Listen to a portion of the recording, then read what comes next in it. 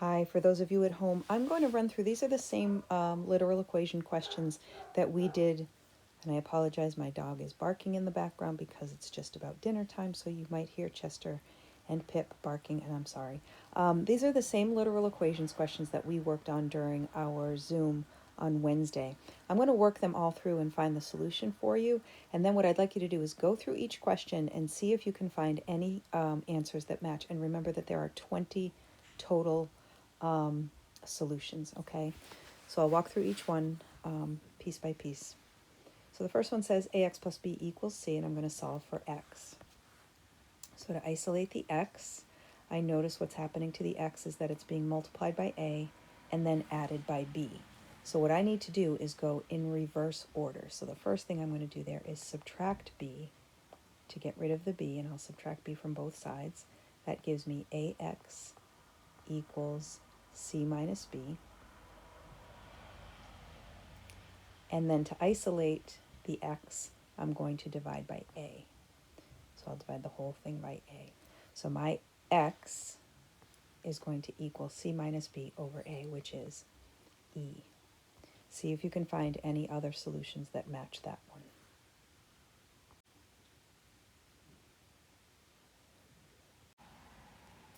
Okay, and for number 2, we're going to solve for u. So in number 2, I notice there's that fraction there, that t is in the denominator of the fraction. I can get rid of that by multiplying both sides of that equation by t. So t on the left and t on the right. On the left, I have TA, but if I look at the answer key here, they all say AT, so I'll rewrite that with AT is equal to V minus U. And I'm trying to isolate the U. So what's happening to U is it's being multiplied by -1 and added, V is being added to it. So the first thing I'm going to do is undo that V. So I'll subtract V out of the left side and subtract it out from the right side. I get AT minus V. And I need to keep in mind that's not equal to U, that's equal to negative U or -1U. And the fact that I put the -1 in there tells me now what my next step will be. I don't want to solve for U, or for negative U, I want to solve for U. So I'm going to divide by -1 on both sides. That will give me U isolated. And actually, there's one of the answers. As we worked through these the other day, many of you got this question right, except you missed C. C is one of our answers, okay? So I want you to find me any other answers that match with C. Can you eliminate any? And can you find any others that match C? So pause here, look for those. And we'll solve number 3. In number 3, I notice that I'm solving for b, and again, there's a fraction there, so let me clear out the fraction by multiplying both sides by 4. And when I do that, I get 4a on the left. And we need to be careful here. We notice there's an A, capital A, and a lowercase a. Those are not like terms. They're not the same thing. So when we have an uppercase versus a lowercase, we can't combine them together at all. Okay, so 4a equals a plus b plus c plus d. And then we're going to solve for b. So what's happening to b? Well, a and b and c are being added to it, so I'm going to subtract out the a from both sides, subtract out the c from both sides, and subtract out the d from both sides. So I end up with 4a, or capital A, minus a minus c minus d. So that would be my choice D. Check and see, pause here, check and see if any of the other options match that choice. Okay, for number 4, I'm solving for A. So what's happening to A? Well, A is being multiplied by 2 and S, and then U squared is being added to it. So the first thing I want to do is get rid of that U squared. If you're getting confused with these, substitute those letters with numbers. This could be the same as 12 equals 5 plus 2x.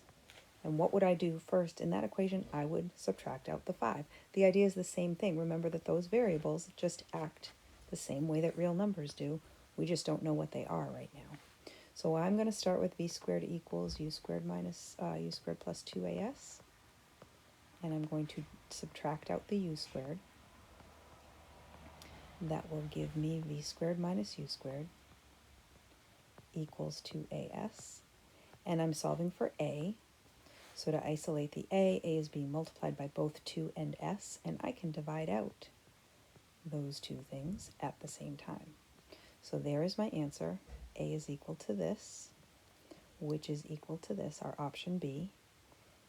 And again, pause here. See if you can make any of those other ones make sense so that it has the same value as choice B. And for number 5, I need to isolate the A. So I can't get to that A because it's inside the parentheses. I need to deal with what's outside the parentheses before I do anything inside the parentheses. So again, I notice there's a fraction. I can multiply both sides by the denominator of that fraction. In this case, it would be 2 times 2 times 2. That would give me 2s is equal to, so on the left, the n stays there. That's 2 divided by 2. That's just 1. I don't really need to write that anymore. That's n times a plus p. So there's two ways I could go from here. I could distribute. That's a perfectly good step, and then solve for a.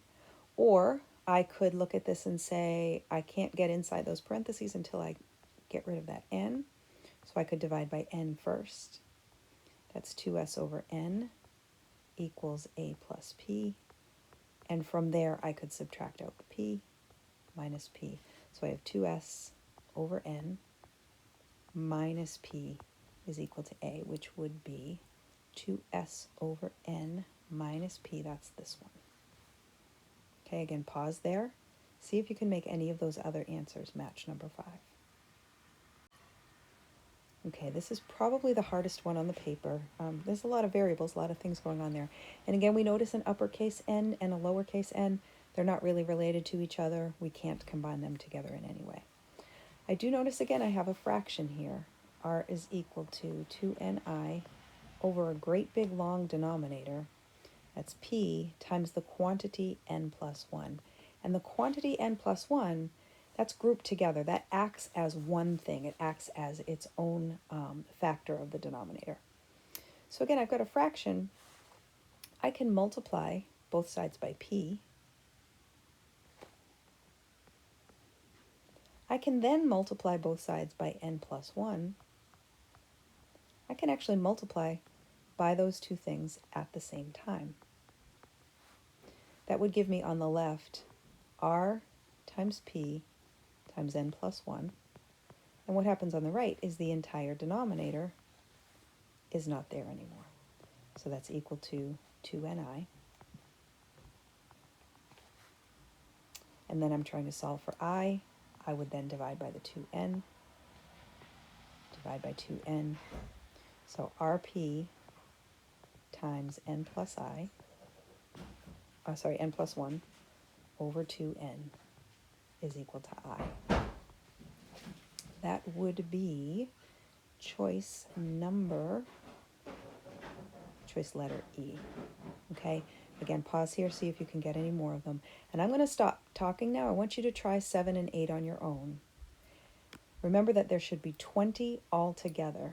If you can find all 20, send me a picture of it, either in email or a Schoology message, and I'll give you a little 10 out of 10 in RenWeb. Okay, so if you can find all 20 correct answers, send me a picture. All right, and that's really good practice to have these literal equations. We actually use them all the time. We don't think about them much, but we use them all the time. This is your first introduction. If you don't get it right away, that's okay. We're going to keep working on them all year.